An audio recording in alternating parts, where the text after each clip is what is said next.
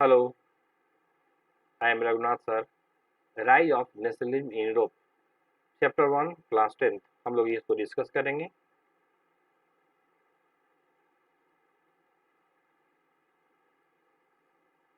Here, यहाँ पर आप देख सकते हैं picture.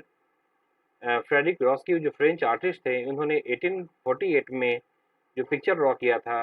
According to this picture, actually में वो चार पिक्चर का एक सेट उन्होंने बनाया था, जिन्होंने उस समय का जो वर्ल्ड था, उस वर्ल्ड के बारे में उनकी ड्रीम जो थी, जिसको उन्होंने नाम दिया था डेमोक्रेटिक सोशलिस्ट रिपब्लिक, उस वर्ल्ड के बारे में, उनका वर्ल्ड उनके टाइम का कैसा होगा, उनके बारे में एक इमेजिनेशन, एक हाइपोथेटिकल ड्रीम बनाया था, जिसकी पिक्चर सामने दी गई है. फर्स्ट प्रिंट यहाँ पर सामने दिया हुआ, उस सीरीज का जो फर्स्ट प्रिंट था, फर्स्ट पिक्चर जो था वो सामने दिया हुआ है. That show the people of Europe and America, जिसमें यूरोप और अमेरिका के लोगों को, चाहे वो मेन हो, वुमेन हो, किसी भी एज के हों, किसी भी सोशल क्लास के हों, वो एक लंबी रैली के द्वारा आगे बढ़ते हुए स्टैचू ऑफ लिबर्टी को ट्रिब्यूट देते हुए, होमेज देते हुए वहां से गुजरे और आगे बढ़ गए. हम लोग क्लास 9th में फ्रेंच रिवॉल्यूशन में हम लोगों ने पढ़ा था, लिबर्टी को फीमेल फिगर के रूप में हम लोगों ने सिंबलाइज किया था. In French revolution, the personified in a liberty as female figure. हम लोगों ने उस स्टैचू ऑफ लिबर्टी में देखा था. स्टैचू ऑफ लिबर्टी जो थी, उसमें जो लेडीज हैं, उनके एक हाथ में टॉर्च ऑफ इनलाइटमेंट दी गई है, सीबियर in one hand, and charter of the right of man. Human beings के एज ए ह्यूमन के रूप में जो राइट होनी चाहिए, वो उनके राइट हैंड में दिखाया गया है.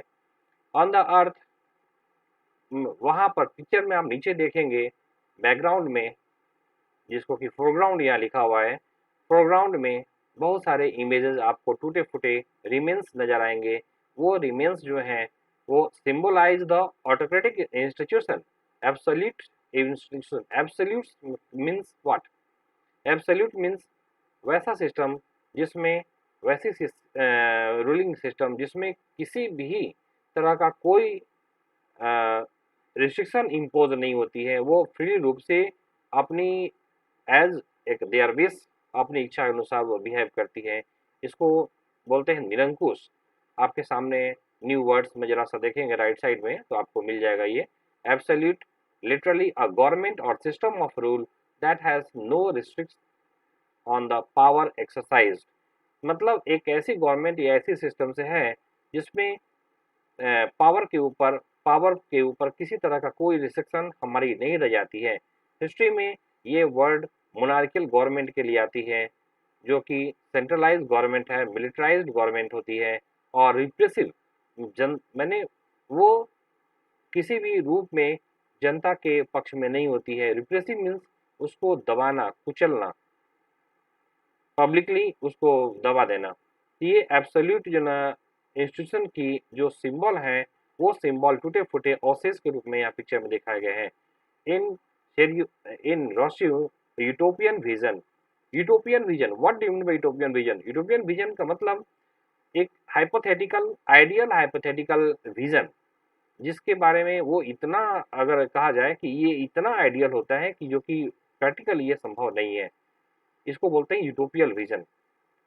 तो शॉर्यू ने अपने ऑप्टिकल यूटोपियन विजन में the people of the world that are group together, उसमें सारे लोगों को दिखाया है कि जितने भी अलग अलग कंट्री के लोग हैं, वो सारे लोग एक साथ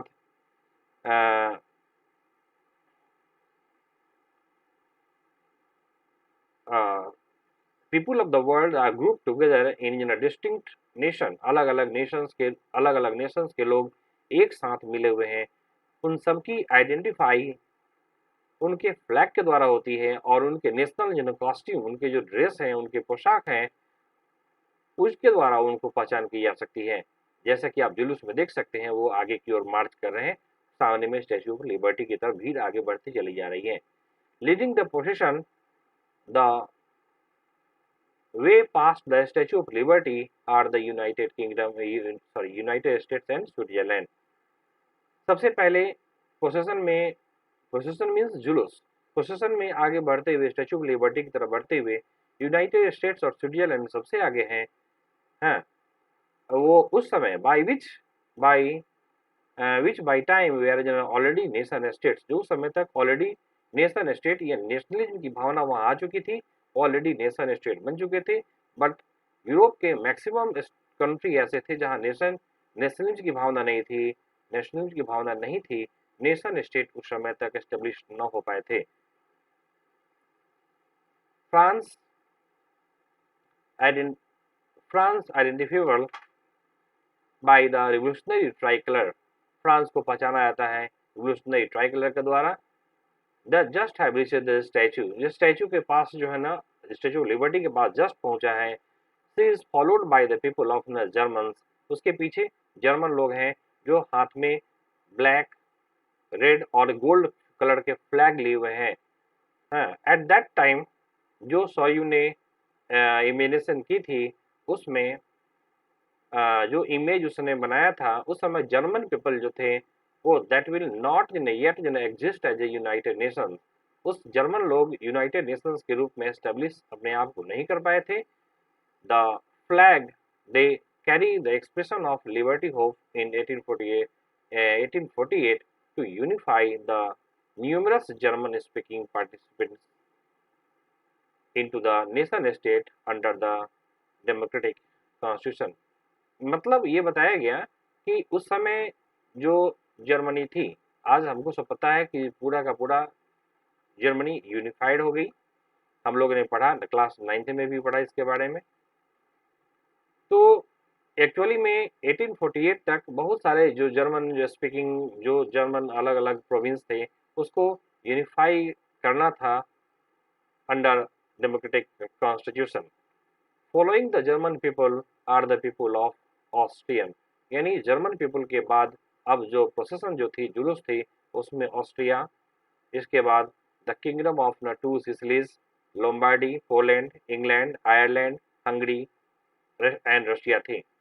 और हेवन मीन्स स्वर्ग, फ्रॉम द हेवन से अबव, ऊपर स्वर्ग से the Christ saint and angel gaze upon the scene, ऊपर से जो प्रोसेसन आगे की ओर स्टैचू ऑफ लिबर्टी की तरफ बढ़ रही है, उस पे हेवन से ये सारे लोग कौन कौन, क्राइस्ट हैं, संत और एंजल्स जो है ना, उनको घूर करके उनको काफी करीब नजरों से देख रहे हैं।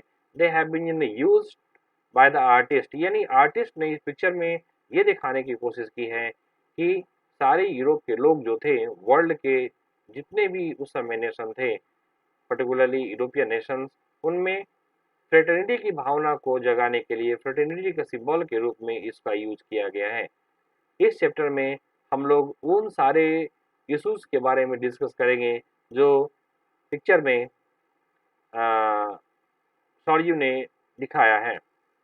19th सेंचुरी के मिड में, during the 19th century, nationalism emerged as an force which brought about sweeping changes in the political and mental work of the Europe। पूरे 19th सेंचुरी